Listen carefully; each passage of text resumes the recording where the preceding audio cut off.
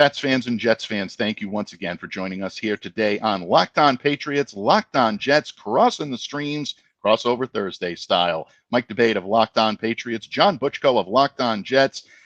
Folks, the New England Patriots are 7-point underdogs at home, according to our friends over at FanDuel.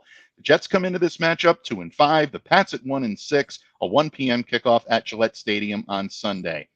John, we've gone over the biggest stories in Jets camp, the biggest stories in Patriots camp. But if either team is going to be successful on Sunday, it comes down to the little things, the mechanicals, the logistics on the field that are going to determine the winner and the loser in this one, unless the two teams tie.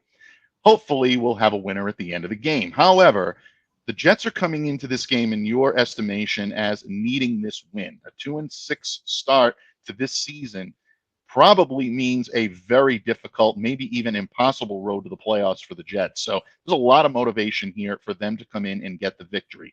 If they're going to do that, how do they do it? What are the keys to victory this Sunday for the New York Jets? Well, Mike, the first thing I'm looking to is the script on the offensive side of the ball. The first 15 or so plays. It's improved the last 2 weeks. Now, as we've discussed, the Jets have so many stories going on. 2 weeks ago, they changed play callers from Nathaniel Hackett to Todd Downing. And that's not even one of the top 3 stories of the last 2 weeks. It's not even debatable because you fired the coach. You traded for Devontae Adams and Hassan Reddick ended his holdout. So this is at best the fourth most biggest story on the team the last 2 weeks, which for other teams might be the story of the year. The script has improved. And I've been a skeptic that Downing would make that big of a difference. I'm not sure he's made that big of a difference, but one thing that's definitely improved is the quality of the play calling in the early part of the game, the way the Jets are executing, just the overall creativity. I think the script is especially important in this game because jumping out to an early lead is a big deal for the Jets in this one. I think whenever you're facing a rookie quarterback, you want to put a lot on his plate because even the good rookie quarterbacks have moments where they don't look so good. And when you ask a rookie quarterback to do too much, even a good one, bad things happen. So on the other hand, this Jets, and I know the Patriots haven't been running the ball effectively. This Jets run defense has not been effective at all. And I know, again, the Jets stopped the Patriots pretty well on the ground week 3, but if Patriots get the lead and this Jets defense, needs to start stopping the run, I don't have any faith in them. So I think it's always important to get off to a good start, always important to jump out to an early lead, but Jets jump on the Patriots early. It's tough to see how New England wins. If the Patriots, jump out to a lead early in this game, that's how they possibly pull the upset. Second key, it's nothing the Jets can do except hope, but they need to hope Greg Zuerlein bounces out of this slump that he's in. Greg Zuerlein's been a really solid kicker through his career. He's had a good first couple seasons with the Jets. This year, it's not been working for him. Missed a game-winning field goal attempt against Denver, a couple doinks against the Buffalo Bills on Monday Night Football. Last week had a kick blocked from only 35 yards and looked like it was going wide anyway. It happens to good kickers all the time, and it's happening to Greg Zuerlein this year. He's in a slump. You have to hope he comes out of it. Third thing, don't beat yourself. I think that with all due respect to the New England Patriots, most neutral observers would say that the Jets are a more talented team. And I say that even as somebody who thinks that this Jets team is not as talented as it was made out to be. If both teams play their A game, the Jets are probably going to win. The way the Jets lose this game is if they make mistakes. And last week against the Steelers, Jets were in control of the game. They were up 15-6 with a minute, 15 seconds left in the first half. Aaron Rodgers throws an interception that turned the game around.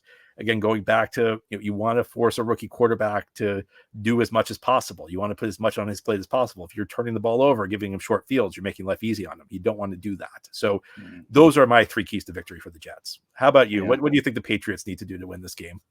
Well, in a lot of ways, John, I think it's a mirror image of what the Jets need to do. The Patriots came into this game running the ball ineffectively for the last 2 games. They need to make sure to get that running game on track because what it does is it keeps defenses on their heels, and it allows the Patriots to play from an area of strength, but it also opens up this offense so much for what Alex Van Pelt likes to call. The Patriots are predicated on outside zone, and they love to run that. Ramondre Stevenson is a very good running back at being able to run that style, but it allows Drake to be able to get into his rhythm and then start taking shots in the backfield and then start taking shots downfield through play action. That's what the Patriots would love to do. So they need to be able to try to establish the run early. And in a lot of ways, I think it has to do with play calling as well. It's not just simply looking at what works, but absolutely adjusting to what the other team is doing. That's something the Patriots have not done a whole lot of. So when it comes to the run, yeah, try to establish the run early and get things going. What that's going to do is it's going to allow Drake to be able to utilize the passing game, which right now has been better. And 2 weeks ago, Pats fans would have never thought that that statement was true, but that passing game has been better for the New England Patriots. Conversely, on the defensive side of the ball, the Patriots need to start stopping the run. They have been abysmal at doing so in the last few games, and it's shown on the field. And the Patriots simply cannot get enough traction to be able to get a run stoppage. It's hard to feel. It's really hard to feel good about this Patriots run defense right now, John. The Jets may come into this game looking at the Patriots as being ripe for the pickings. The Dolphins, the Texans, and the Jaguars all posted rushing totals of 193, 192, and 171 yards, respectively. And at that point, you look at what Jacksonville did with the Patriots running the ball on 17 consecutive plays against that run defense in London. The Patriots cannot have another repeat performance like that. So if they are serious about wanting to try to remain competitive in this game, they have no choice but to stop the run. And they need to try to do it early and often, and as much as possible, have that have the middle of that defense play as formidable as possible. It's not going to be easy. They're missing arguably three of their best players in the middle, which are Christian Barmore, who is out indefinitely due to blood clots, Juwan Bentley, who is for sure out for the year, and also Jabril Peppers, who has had his off the field issues. He won't be in the lineup, and he's one of your best secondary defenders in that backfield, especially when it comes to stopping the run. So not going to be an easy task, but the Patriots have to figure out a way to do it. And then lastly, I think really kind of works hand in hand with both running styles. The Patriots coaches from the top, from Gerard Mayo to Alex Van Pelt to DeMarcus Covington, have done a poor job of adjusting when they need to in games that haven't been doing much of that. We've seen the Patriots get out to hot starts. They did it against the Jaguars, went up got out to an early 10-0 lead, and then all of a sudden abandoned the passing game when it was working very well, attempted to run, and they were gaining 1 yard or losing 1 yard or losing 4 yards.